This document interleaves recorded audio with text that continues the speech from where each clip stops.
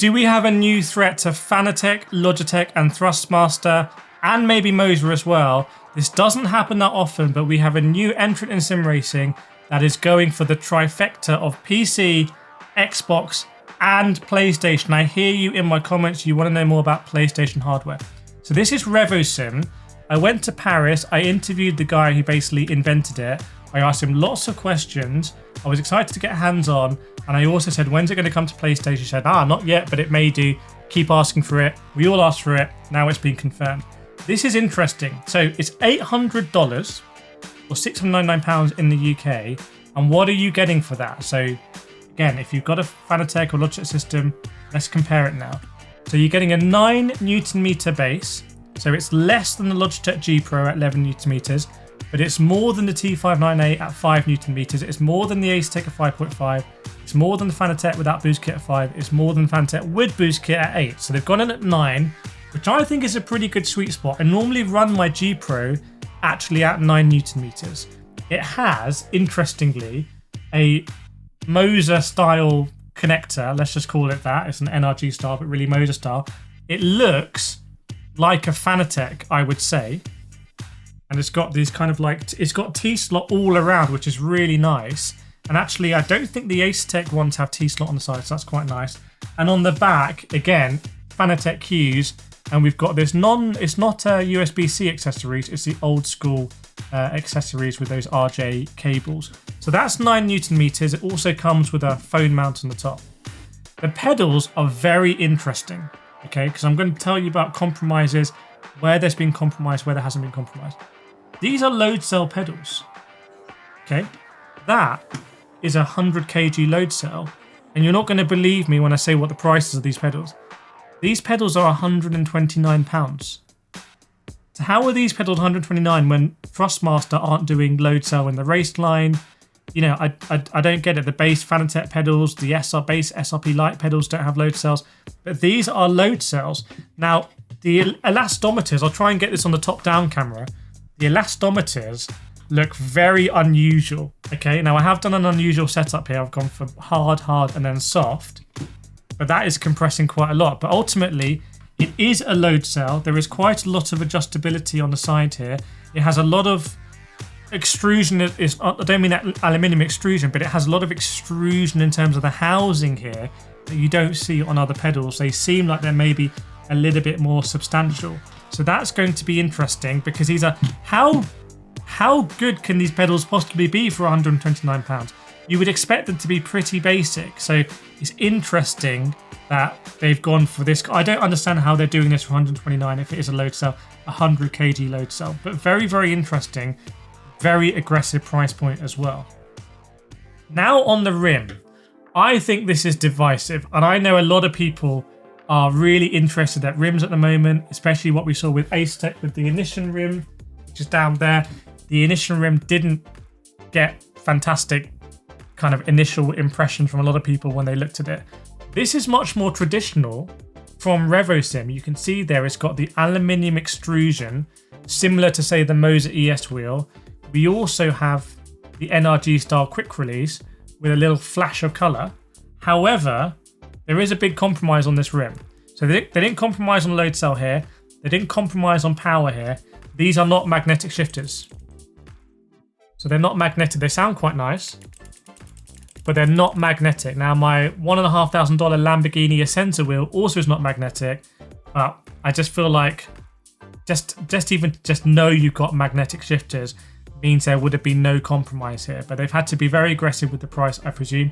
The rim itself is also super interesting and unorthodox. You have here, which is not a funky switch, it's just a dial. I'll put it on the top down. It's just a dial. That's all it is. But it looks like 24 degrees of movement, which is quite a lot. You have here a funky switch. So on this side, you've got a funky switch. I'm not sure why they didn't just do 2 funky switches, why this one's not funky. I probably would have preferred it, but you have 2 dials here, one of them is funky. The button caps are extremely easy to remove. I would say to be honest, like worryingly easy. I'm worried that I'm going to be messing around on the straight and I'm going to flick that and it's going to come off. I don't know yet until I've used it for a long time, but you can see that they come off super easy. The plus side of that is that you can change them at will. You can do all the different colors. I'm not sure how people are going to feel about the colors. It would be cool to have some like translucent ones or something like that. But you do have quite a bit of creativity you can do on the wheel. I think because of these primary colors, it just reminds me of like little board games I had as a kid. Maybe if I'm completely honest, that's going to be personal preference. I would probably change them all black or something. When it comes to the actual rim itself, I am very impressed by the quality of this rim actually, and the quality of like this fake leather or whatever it is they're going to call it. This is not your standard fake molded to look like the real thing, but it's super hard and it's going to be super uncomfortable. This actually feels like the real thing, and it actually has real stitching. Like this is really stitched. I don't know how they've done this here, and it would have been easier for them to compromise on this and just do magnetic shifters, I suspect. But actually, this is kind of like deceptively luxurious. I've been testing a lot of rims recently, and this material is very nice. Now, it does also look like a hub system, you can see here, if you're eagle-eyed. And when I went over to Paris to interview the guy who made it, he confirmed this is a hub system. So you can change this to GT3, etc. So you can therefore have the kind of wide angle, like the 310 or whatever, in that GT form factor, and people will be able to 3D print their own ones, etc. That is great. That's similar to what Logitech are doing with the RS Hub. I like that. It does make me, again, a little bit like, oh, I wish these were magnetic, but they had to save costs. At least they are metallic. But this is a hub system. So we have a hub system on the wheel rim with a very nice default rim. Like, I would say this feels substantially better than the Thrustmaster T598 bundled rim. If you've used that bundled rim, you'd understand. The Logitech RS Hub with like the RS track is very aggressively priced. I think that's like 160, isn't it, for both of those all in? That is probably better than this. Actually, I would say that feels like really good quality, but that's probably best in class. Compared to the Ace Technician, I think this one feels better, which is like, I just wonder if Ace Tech are going to have to revise that front plate on the Initium, because the Revosim, for me, beats it out of actual hands-on quality where you're touching it, maybe shifters aside. So that's really nice. And we obviously have a super nice quick release. It goes without saying, this is a lot better than the Thrustmaster one with the clamp. Thrustmaster, I think, should really go to this form of quick release. And this is what's coming to Xbox and PlayStation. So I want to know from you in the comments, are you going to be buying this or considering buying this for Xbox or PlayStation?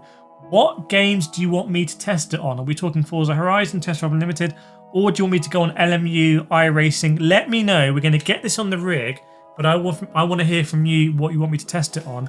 This is Revosim, brand new hardware, coming to that Holy Trinity.